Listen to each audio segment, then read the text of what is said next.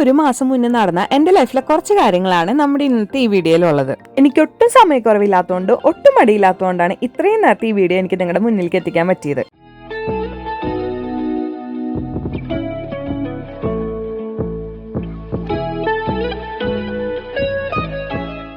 അങ്ങനെ ഇന്ന് ഈ നേരം പരപരാ വെളുത്ത സമയത്ത് ഞാൻ എങ്ങോട്ടാ പോകുന്നതെന്ന് വെച്ചാൽ ഞങ്ങളുടെ കുറച്ച് ഫ്രണ്ട്സ് ലൂട്ടനിൽ താമസിക്കുന്നുണ്ട്. അവരെ കണ്ടിട്ട് ഒരു 1.5 വർഷമായി. അപ്പൊ അവരെ കാണാനാണ് ഇന്നത്തെ എൻ്റെ ഈ പോക്ക്. ലണ്ടനിൽ വന്നപ്പോ തൊട്ട് കേൾക്കുന്ന ഒരു പ്ലേസ് ആണ് ലൂട്ടൻ ലൂട്ടൻ ലൂട്ടൻ എന്ന്. പക്ഷെ എനിക്ക് ഇതുവരെ അവിടെ പോകാൻ പറ്റിയിട്ടില്ല. നമ്മുടെ മലയാളികൾ കൂടുതലായി താമസിക്കുന്ന ഒരു ഏരിയയും കൂടിയാണ് ഈ ലൂട്ടൻ എന്ന് പറയുന്നത്. നമ്മുടെ കിങ് ക്രോസ് സ്റ്റേഷനിൽ നിന്നാണ് നമ്മൾ ലൂട്ടനിലേക്കുള്ള ഡയറക്റ്റ് ട്രെയിൻ എടുത്തത്. ഈ കിങ് ക്രോസ് സെന്റ് പാൻക്രസ് എന്നൊക്കെ പറയുന്നത് ലണ്ടനിലെ തന്നെ one of the biggest railway സ്റ്റേഷൻസിൽ ഒന്നാണ്.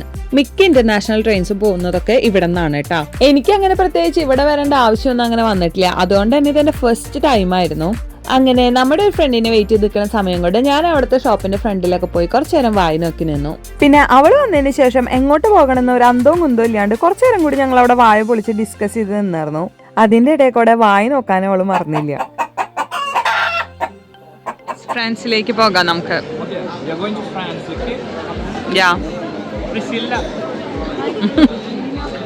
അങ്ങനെ ഒരുവിധം കറങ്ങി തിരിഞ്ഞ് നമ്മൾ നമ്മുടെ ട്രെയിൻ വരുന്ന പ്ലാറ്റ്ഫോമിൽ ഇപ്പം എത്തിയിട്ടുണ്ട്. ഇനി ഈ ട്രെയിനിൽ സീറ്റ് പിടിക്കണം, അതാണ് നമ്മുടെ ലക്ഷ്യം. നമ്മുടെ നാട്ടിൽ കാണിക്കുന്ന വെയിലിത്തരം ഇടയ്ക്കിടയ്ക്ക് പുറത്തു വരുന്ന വെച്ചാലും നമ്മളിവിടെ കുറച്ച് ഡിസിപ്ലിൻ പാലിച്ച് നിന്നാലാണ് ഇവിടെ ജീവിച്ചു പോകാൻ പറ്റുള്ളൂ. സീറ്റിന് ശേഷമുള്ള നമ്മുടെ അടുത്ത ഗോള് ഫുഡായിരുന്നു.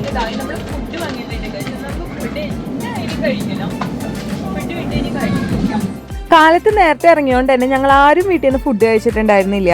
നമ്മുടെ വയറിന്റെ സ്വഭാവം നമുക്ക് അറിയണോണ്ട് തന്നെ ഫുഡ് ടേക്ക് അവേ എടുത്തിട്ടാണ് ഞങ്ങൾ ട്രെയിനിൽ കയറിയത്. ഇനി ഫുഡ് കഴിച്ചു കഴിഞ്ഞവരെ നമ്മളെ കൊണ്ട് വലിയ പ്രത്യേകിച്ച് ശല്യമൊന്നും മറ്റുള്ളവർക്ക് ഉണ്ടാവാൻ പോണില്ല. ഫുഡിന് വേണ്ടി നമ്മൾ എന്തും ചെയ്യുന്നുള്ള കാര്യം ഇനി പോണ വഴിക്കോടെ നിങ്ങൾക്ക് മനസ്സിലായിക്കോളും.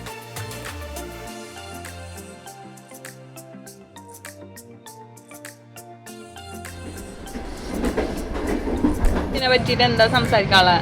നല്ല ഫുഡ് അടിക്കാനാ പോണം.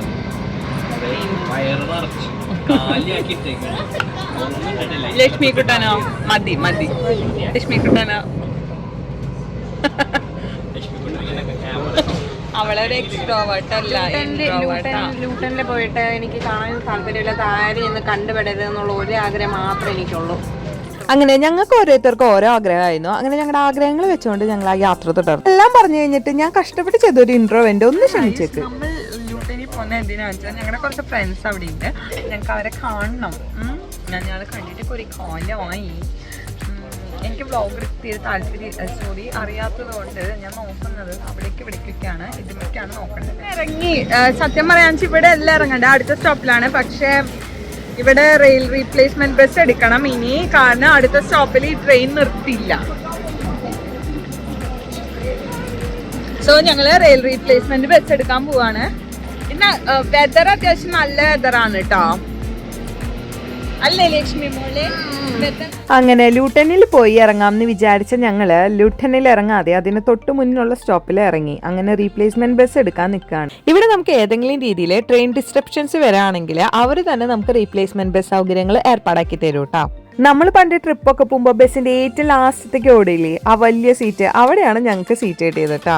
ഞങ്ങൾ കയറുമ്പോഴേക്കും തന്നെ ആ ബസ് ഫുള്ളായിരുന്നു. ഇത്രയും അധികം ആൾക്കാർ ലൂട്ടിലേക്ക് പോകാൻ ആ ട്രെയിനിലുണ്ടായിരുന്നു എന്ന് ഞാൻ അന്താളിച്ചു പോയി. അങ്ങനെ ലൂട്ടിന്റെ പ്രകൃതി രമണീയതയൊക്കെ നുണഞ്ഞുകൊണ്ട് ഞങ്ങൾ ആ ബാക്ക് സീറ്റിൽ അങ്ങനെ ഇരുന്നു.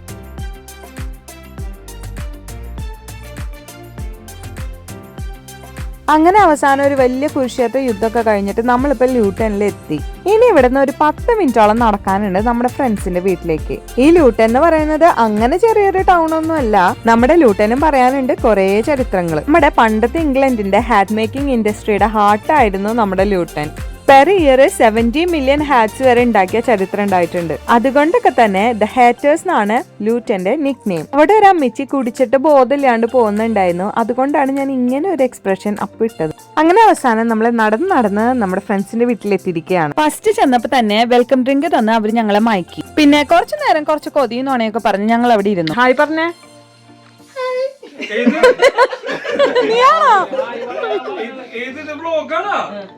ഈ വ്ളോഗാണോ ഒന്ന് ഡീസന്റ് ആയി ചോദിക്കണ ഈ മുതലിനൊന്ന് നോക്കി വെച്ചേക്ക്. അവനിൽ അമ്പിനെ മാത്രമേ നിങ്ങൾ കണ്ടിട്ടുള്ളൂ, അന്യനും റമോയ്ക്ക് പിന്നാലെ വരുന്നുണ്ട്. അവിടെ വെച്ച് എല്ലാ കുട്ടിമണീസും കൂടെ എനിക്കൊരു ബർത്ത്ഡേ സർപ്രൈസ് തന്നിട്ടുണ്ടായിരുന്നു. എക്സ്പെക്ട് ചെയ്യാത്തതിന്റെ ഒരു ചമ്മൽ എനിക്ക് വന്നെങ്കിലും പിന്നെ ഞാൻ അതിന് പിക്കപ്പ് ചെയ്ത് ശരിയായിട്ട് വന്നു. പക്ഷെ എന്റെ ഫസ്റ്റത്തെ എക്സ്പ്രഷൻ പിടിക്കാനുള്ള വീഡിയോ സെറ്റ് ചെയ്ത് വെക്കാൻ മാത്രം അവർ മറന്നുപോയി. അതിൽ കൂടുതലൊന്നും ഞാൻ പിന്നെ അവരുടെ നിന്ന് എക്സ്പെക്ട് ചെയ്യാത്തതുകൊണ്ട് എനിക്ക് വലിയ വിഷമമൊന്നും ഉണ്ടായില്ല.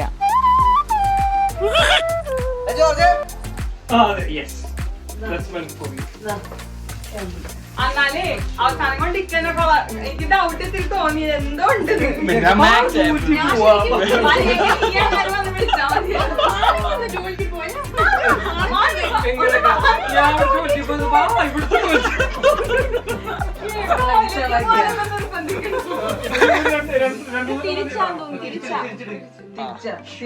തിരിച്ച വ്ളോഗില് തിരിച്ചു വരാം.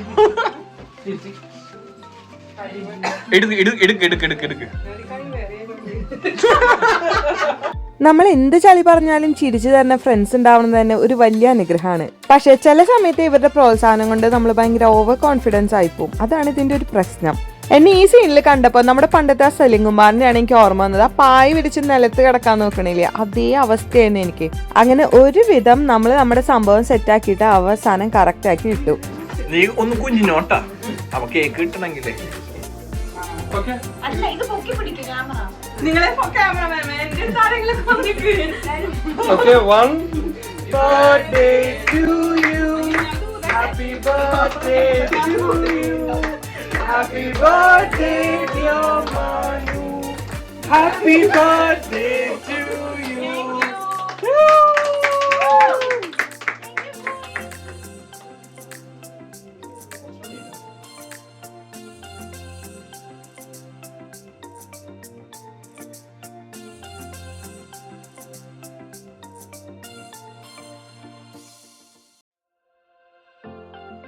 അങ്ങനെ ഞാൻ നമ്മുടെ പിള്ളേർക്കൊക്കെ അതിന് കേക്ക് മുറിച്ചു കൊടുത്തു. ഇത്രയും വലിയ സർപ്രൈസ് ഇവരെല്ലാവരും കൂടി എനിക്ക് തരുന്നത് ഞാൻ ഒരിക്കലും പ്രതീക്ഷിച്ചിട്ടുണ്ടായിരുന്നില്ല.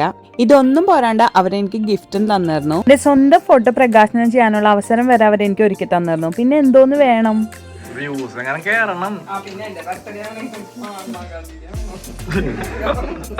ഇനി എന്റെ കുറച്ച് പ്രഹസനം കൂടി വരുന്നുണ്ട്, അതും കൂടി ഒന്ന് ക്ഷമിച്ചേട്ടാ. We won't expected reaction. Reaction. ഇതാണ് എന്റെ റിയാക്ഷൻ. ഇതാട്ടോ വരച്ചതാട്ടോ. ഹാൻഡ് സ്കെച്ച് ആള് വെച്ചതാ. Thank you. ഇതിന് തുറന്ന് എത്തിയപ്പോ എനിക്ക് മനസ്സിലായി ഇത് എന്ത് വരച്ചതാണ്. കാര്യം ഇവിടെ വെള്ളമുണ്ട്. എന്നിങ്ങോട്ട് കാണിക്ക്.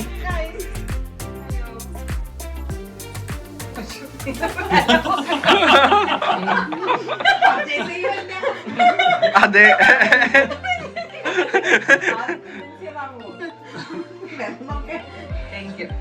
Thank you മാമനേട്ടാ. അമലും താങ്ക് യു അമലു. രണ്ടാമത് ലൈഫിൽ കിട്ടിയ ബൊക്കെയാ. ഒന്നാമത് എവിടെ കിട്ടിയത്? എയർപോർട്ടിൽ ആരെ മറന്നു. അങ്ങനെ എന്റെ കുറെ ചളി വാരിയറിയിൽ കഴിഞ്ഞപ്പോ ഞങ്ങള് അടുത്ത പരിപാടിയിലേക്ക് കടന്നു. അതാണ് നമ്മുടെ മെയിൻ പരിപാടി, ഫുഡ് അടി. നല്ല ചൂട് ചിക്കൻ ബിരിയാണി, നമ്മുടെ സ്വന്തം ബീഫ് കറിയാണ് ഞങ്ങളെ വെയിറ്റ് ചെയ്ത് അവിടെ ഇരുന്നായിരുന്നു. ഹലോ കടിമാങ്ങച്ചാണ്.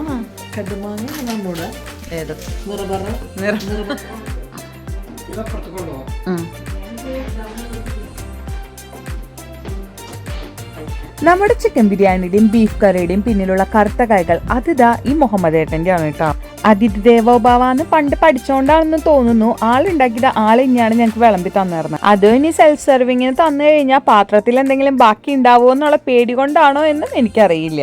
പക്ഷെ ചില സന്ദർഭങ്ങളിൽ നമ്മുടെ ബുദ്ധി ഉപയോഗിക്കുന്നത് വളരെ നല്ലതായിരിക്കും.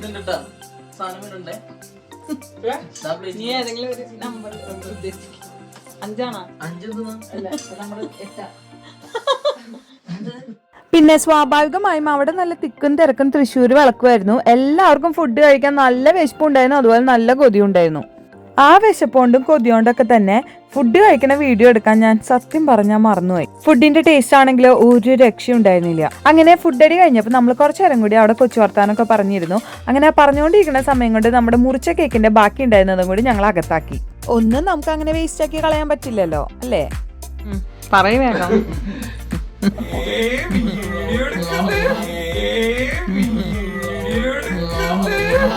ഇല്ല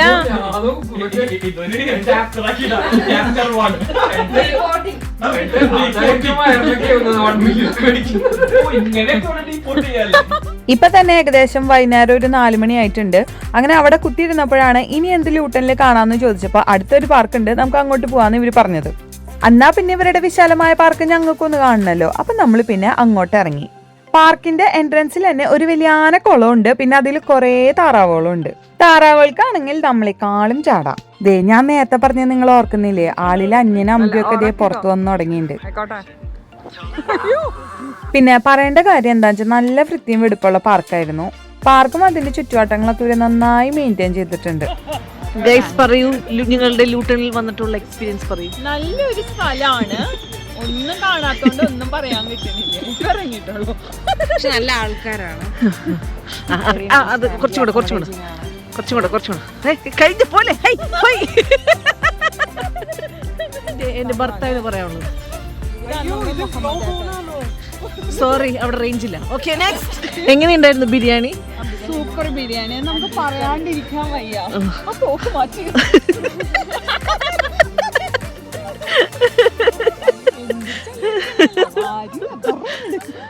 അവിടെ കുഞ്ഞൊരു തടാകത്തില് പെഡൽ ബോട്ട് സർവീസ് ഉണ്ടായിരുന്നു. പക്ഷേ അതൊക്കെ ചവിട്ടി പോണെങ്കിൽ നമ്മൾ നമ്മുടെ മേലനങ്ങണല്ലോ. അപ്പൊ പിന്നെ ഞങ്ങൾ വട്ടമേശ സമ്മേളനം കൂടിയിട്ട് വേണ്ട, നമുക്ക് അതിൽ കയറണ്ടെന്ന് അങ്ങോട്ട് തീരുമാനിച്ചു. അതിന് പകരം താഴെ കൂടെ പോണവർക്ക് ടാറ്റ കൊടുത്ത് വിടാന്ന് നമ്മൾ അങ്ങോട്ട് തീരുമാനിക്കണം. അതാകുമ്പോ അധികം മേലനങ്ങണ്ട. പിന്നെ ആ പാലത്തിൽ അങ്ങോട്ട് നിന്നിട്ട് അറഞ്ചും പുറഞ്ഞും 10 ഫോട്ടോസ് എല്ലാവരും കൂടി എടുത്തു.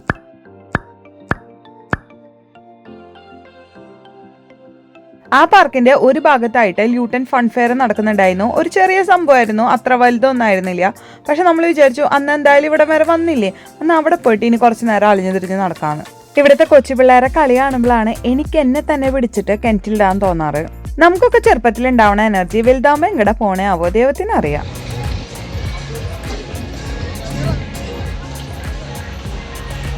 ഞാനൊരു സത്യം പറയുകയാണെങ്കിൽ എനിക്ക് ഇപ്പോൾ ഉള്ള ധൈര്യത്തിന് ഈ തീവണ്ടിയൊക്കെ എനിക്ക് പറ്റുള്ളൂ. അഡ്വഞ്ചർ ആയിട്ട് എന്തെങ്കിലും ചെയ്യണമെന്ന് വല്ലാത്ത ആഗ്രഹമാണെങ്കിലും അതിന്റെ അടുത്തെത്തുമ്പോ എന്റെ മനസ്സങ്ങടെ ഒലയും. പക്ഷെ എന്റെ കൂടെ വന്ന 3 എണ്ണത്തിന് വലിയ ഒലച്ചിലില്ലാത്തത് കൊണ്ട് അവര് കയറാൻ തന്നെ തീരുമാനിച്ചു. പണ്ട് നമ്മുടെ വണ്ടർലയിൽ പോയ സമയത്ത് ഈ സാധനത്തിൽ കയറിയത് എനിക്ക് നല്ല ഓർമ്മയുള്ളതുകൊണ്ട് ഞാൻ പറഞ്ഞു അതിലും ഭേദം എന്റെ ശവം എടുക്കുന്നതല്ലേ സഹദേവ. പക്ഷെ നമ്മുടെ ടീം വളരെ എക്സൈറ്റഡ് ആയിരുന്നു.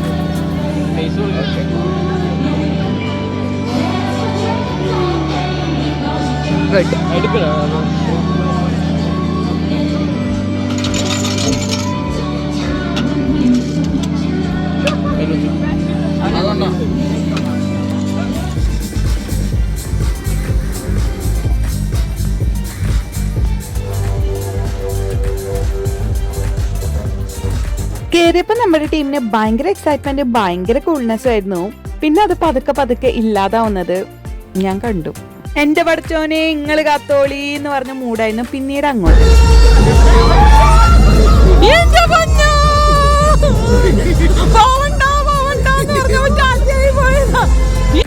അവരുടെ അവസാനത്തെ കലാശകൊട്ട് കറക്കലെന്ന് പറഞ്ഞ എന്റെ ദൈവമേ 1.5 കറക്കലായി പോയി. അത് കണ്ടിട്ട് ഇവിടെ നിന്ന് എന്റെ ബോധം വരെ പോയി. അതിന് പോവാൻ നിനക്ക് ബോധം ഉണ്ടോന്നല്ലേ?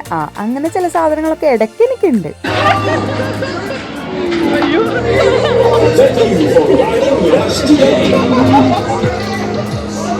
അവരുടെ വരവ് കാണുമ്പോ തന്നെ മനസ്സിലാവൂലോ എങ്ങനെ ഉണ്ടായിരുന്നു എന്ന്. വന്നിട്ട് ഒരൊറ്റ ഇരിപ്പായിരുന്നു, വേറെ ഒന്നും നോക്കിയില്ല. പോയ ഉത്സാഹം തിരിച്ചു വന്നപ്പോ കുട്ടികൾക്ക് ഉണ്ടായില്ല. അങ്ങനെ അവരുടെ റെസ്റ്റ് ഇൻ പീസ് ഒക്കെ കഴിഞ്ഞപ്പോ നമ്മൾ നേരെ പോയത് ഡാഷിംഗ് കാറിന്റെ അടുത്തേക്കായിരുന്നു.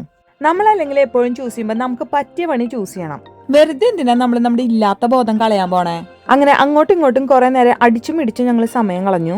ചില ആൾക്കാരെ ഡ്രൈവിംഗ് കണ്ടപ്പോൾ ഞാൻ അവരോട് പറഞ്ഞു ധൈര്യം ഉണ്ടെങ്കിൽ നിങ്ങൾ ഇന്ത്യയിലോട്ട് വാടാ, അവിടെ വെച്ച് നിങ്ങൾ എടുത്തോളാന്ന്.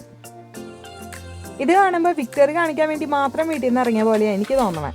ഈ കാണിച്ചു കൂട്ടണതിന്റെ പകുതി ഇൻട്രസ്റ്റ് UK ലൈസൻസ് എടുക്കാൻ കാണിച്ചു കൂട്ടിയിരുന്നെങ്കിൽ ഇന്ന് UK ലൈസൻസ് ഞങ്ങളുടെ കയ്യിലിരുന്നേനെ. പിന്നെ എല്ലാം വിധിയുടെ വിളയാട്ടം, അത്രേ ഉള്ളൂ.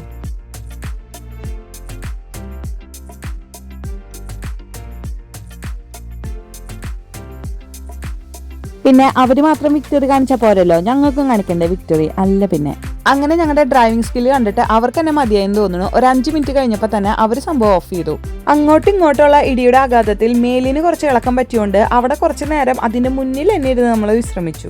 പണ്ടൊക്കെ നമ്മുടെ എൻജോയ്മെന്റ് ആയിരുന്നു കൂടുതൽ, റെസ്റ്റിംഗ് വളരെ കുറവായിരുന്നു. പക്ഷെ ഇപ്പോന്ന് വെച്ചാൽ resting is directly proportional to the enjoyment ആണ്. പണ്ടൊക്കെ സയൻസ് പഠിക്കാൻ പറയുമ്പോൾ പഠിക്കണം, എന്നാലും ഇങ്ങനത്തെ കാര്യങ്ങളൊക്കെ മനസ്സിലാവുള്ളൂ.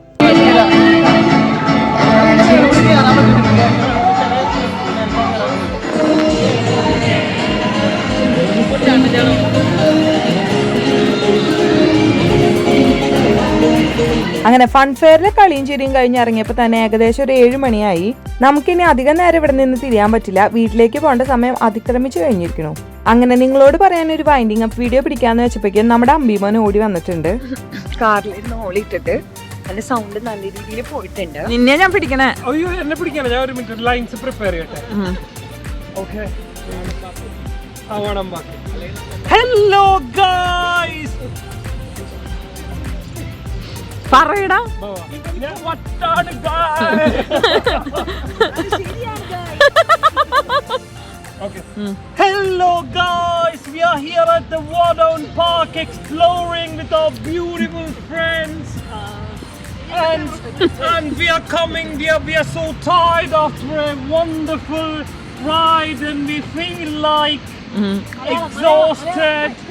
And we are planning to go to the railway station to scout. Thank you. അവന്റെ പ്രസംഗത്തിന്റെ ഇടയിൽ വൈൻഡിങ് അപ്പ് വീഡിയോ എടുക്കാൻ ഞാൻ ടോട്ടലി മറന്നുപോയി. ഇനി അപ്പതേ ഞങ്ങൾ വീട്ടിലോട്ട് പോവാണ്. ഇന്നത്തെ ഞങ്ങളുടെ കത്തിക്കലെല്ലാം കഴിഞ്ഞു. ഇനിയിപ്പോ ബാക്ക് ടു നോർമൽ ലൈഫ് ആയതുകൊണ്ട് തന്നെ ഫോൺ ഇൻട്രസ്റ്റ് ഒന്നും നമുക്ക് ആർക്കും തിരിച്ചു വരുമ്പോ ഉണ്ടാവില്ലല്ലോ, അതങ്ങനെ തന്നെയല്ലേ. നമ്മളിതേ ഡീആക്ടിവേറ്റ് മോഡിലേക്കാണ് പോണേന്ന് വെച്ചാലും നേരത്തെ ചത്ത് കിടന്നിരുന്ന താറാവുകളൊക്കെ ദേ നല്ല ആക്റ്റീവ് മോഡിലേക്ക് ആയിട്ടുണ്ട്. ബൈ പറഞ്ഞോളൂ.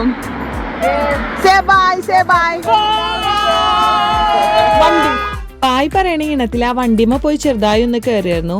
എല്ലാ അലമ്പത്തരവും കഴിഞ്ഞതാ ഇന്നത്തെ ദിവസം ഇവിടെ തീരാണ് കേട്ടോ. അപ്പൊ ഇങ്ങനെയൊക്കെയാണ് ഇവിടുത്തെ തിരക്ക് പിടിച്ച ജീവിതത്തിലെ ഞങ്ങളുടെ കൊച്ചു കൊച്ചു സന്തോഷങ്ങൾ. അപ്പൊ നമ്മുടെ ഇന്നത്തെ അലമ്പ് വീഡിയോ ഇഷ്ടപ്പെട്ടിട്ടുണ്ടെങ്കിൽ ലൈക്ക് ചെയ്യുക, ഷെയർ ചെയ്യുക, സബ്സ്ക്രൈബ് ചെയ്യുക. അപ്പൊ ടാറ്റാ.